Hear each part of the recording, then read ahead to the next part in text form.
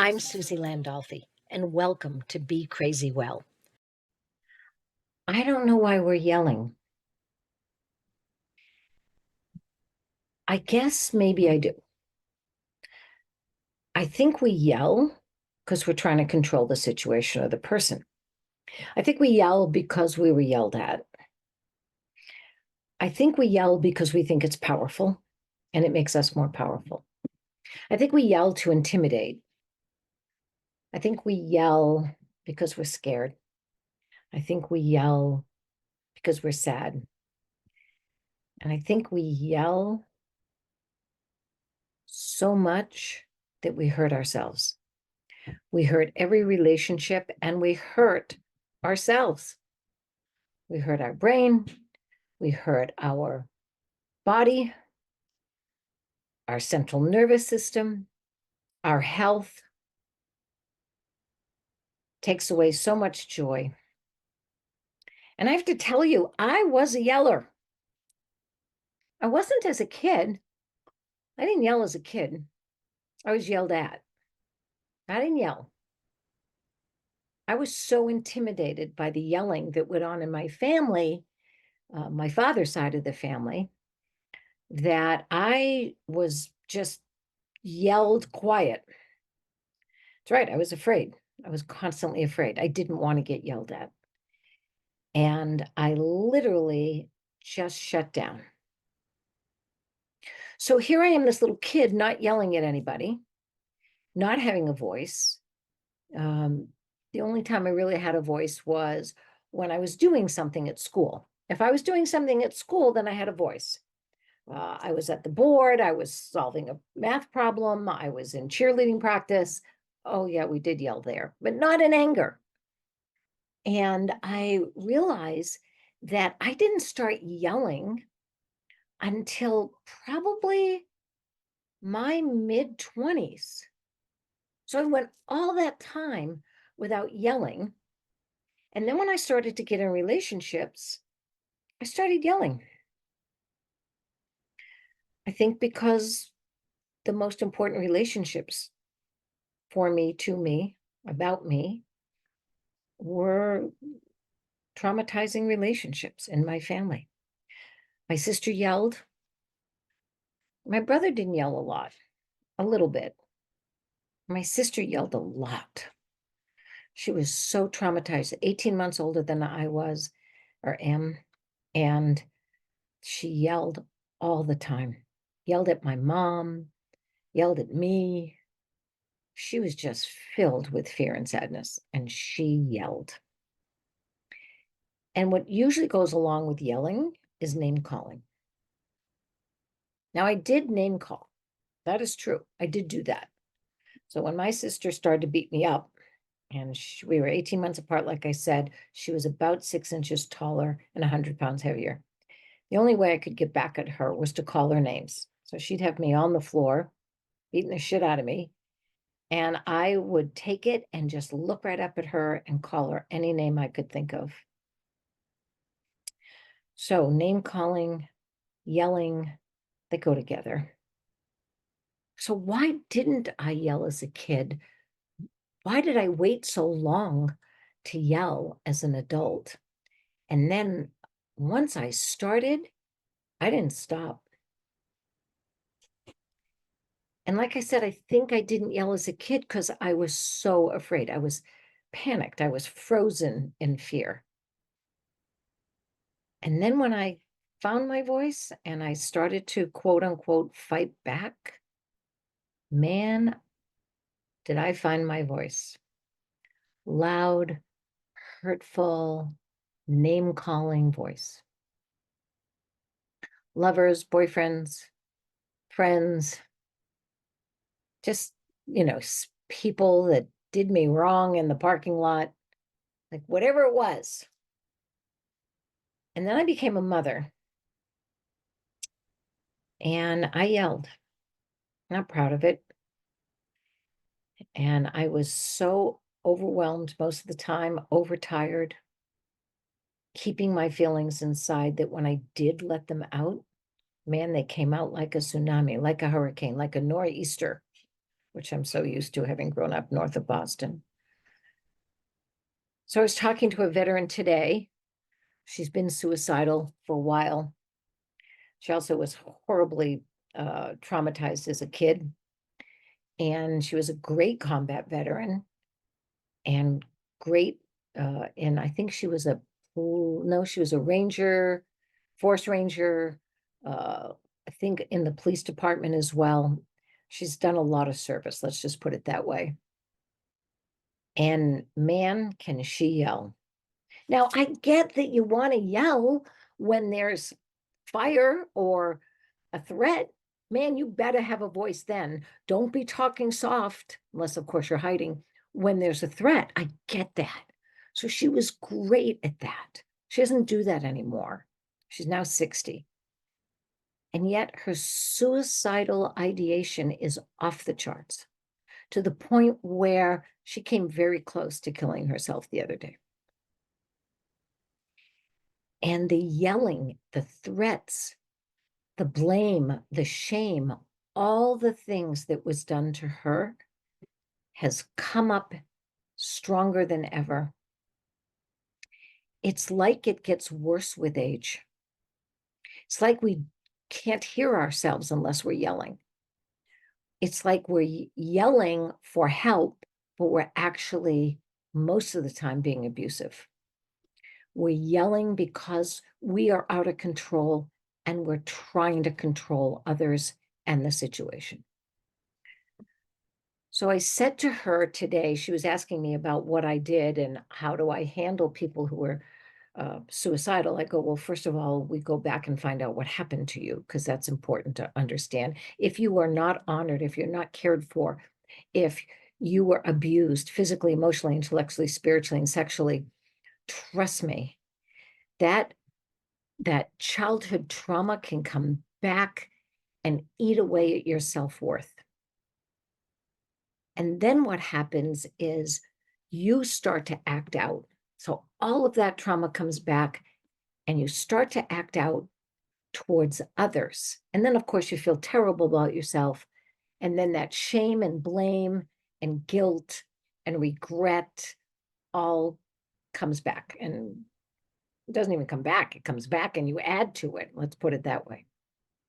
So I said to her today, when you start to feel these feelings of rage, of sadness, of fear, of wanting to hurt yourself or others,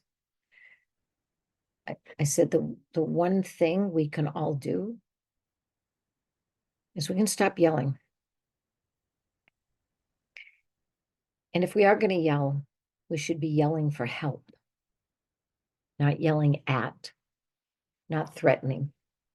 She goes, how's that going to help? And I said, well, it seems to me if you're suicidal and you said that you believe that you're not worthwhile and you're not a badass anymore and you don't have a purpose or value, it seems to me when you act in a way that you're ashamed of, you're adding to those beliefs that you are not valuable, you're not valued. Not only that, you're just an asshole. You don't deserve to live.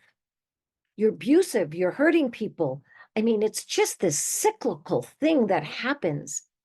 She also had an operation recently, and I said, you know, when you yell, you literally cause inflammation and you literally hurt yourself when you're trying to heal. You get all kinds of immunosuppressant issues going on in your body when you yell. Like you literally are hurting your ability to stay healthy. You're literally causing inflammation. You're literally hurting your brain. And I know all this because I looked into it because I was a yeller and a name caller. I was working with another couple and I said the same thing to them. You got to stop yelling. It sounds too easy. People probably look at me and go, well, you're a therapist. You're not supposed to just tell me to do something. Go, yeah, I am. Yes, I am. And for the last month, they haven't yelled at each other. They haven't done anything differently. They have the same money situation, same kids, same marriage. And yet they told me today that just stopping the yelling made everything so much better. Not only that, their children aren't yelling. I can't always promise you such dramatic results just when you stop yelling. But I can tell you a lot can get better when you stop yelling. I don't even know if I could yell. I was saying that to my veteran friend today. I said, I don't even know if I could yell anymore. It's been so long since I have felt the need, thought the need, or did the need to yell. I'm proud of that. I'm happy about that. It's changed me a lot. My health is terrific. And I truly believe that because I stopped yelling and stopped name calling, that my entire body got better. That stress response system, that adrenaline and cortisol and inflammation and my immune system being suppressed, all of that can be helped by not yelling. Did you ever ask yourself why you're yelling? That's always a good idea too. People say to me all the time, I go, why'd you yell at your kids? I go, because they don't listen to me. And of course, being the wise ass that I am, I say, oh, I didn't know that your children had a hearing impairment. And they go, no, they don't. And I go, then why are you yelling? If they can hear you, why are you yelling? Because they don't listen. Oh, no. They're listening. They're not doing what you want them to do. They're not acknowledging your yelling because they've had to tune it out. Because once they hear you yell, they know that you're out of control. They know it. And they probably will do what I did, which was shut down. They might yell back. If they don't, they'll just get a shot of adrenaline and some cortisol. And if you keep yelling, they'll keep getting shots of adrenaline. And then you'll bring them to a therapist and they'll diagnose them with ADD or ADHD because they're completely flooded with adrenaline. Do you ever stop to think about that? Adderall, adrenaline, ADD. Yeah. I had tons of adrenaline running through my system because I was scared all the time from the trauma that happened to me as a child. And then as an adult, all I did was worry about what might happen because of what did happen. And that adrenaline, oh my God, can't even tell you. That pounding of your heart, that inability to sleep, it was horrible. And when I yelled, I added to it. I literally gave myself a shot of adrenaline. And then my body thinks that it's like in trouble. It thinks I'm truly in trouble. So what does it do? It gives me more adrenaline. So I just wanted to share with you that maybe we're looking at the wrong thing. Maybe it is as simple as not yelling. If you know why you're yelling, then you'll find out why you're scared and sad, because that's the reason you yell. There's something going on that is similar to the past that happened to you. And you're yelling because you're sad that something's happening or about to happen or may happen. And you're scared because it either is happening or might happen. Did you ever stop to think too that maybe sometimes when you're yelling, you're actually yelling at the wrong person? That was an interesting thing I discovered. I have listened to myself a long time ago and others have arguments with one another and they're yelling and you can literally see that they're not yelling at each other, that they're yelling at someone that used to be there, that used to be in front of them. They're having arguments and screaming at each other because when they were little, like when I was little, I couldn't yell at the person in front of me. I couldn't. He was much stronger, more threatening. He was my father. So the last thing I could do is yell at him. And I can't even think of how many times I probably yelled at someone and said things that were so hurtful because I kept those in all those years. Yeah, so I don't trust anymore. I don't trust yelling. I don't trust the idea of getting mad and then I feel justified in yelling because someone said or did something to me. I don't believe it anymore. I don't follow it. I don't trust it. And I know it doesn't work. So I invite you to not yell. I also invite you to not name call. Remember, those are the two things that go together. Why do we name call? Well, because it's so much easier to put someone down physically, emotionally, intellectually, and spiritually than to raise ourselves up. So much easier to try to lower their power, their self-worth, and to make them wrong just by calling them a name, like give them a name and put them down because you feel so insecure yourself. It's amazing to me how much I hear celebrity people, politicians, leaders, all kinds of people that we quote unquote follow, and how much they call each other names.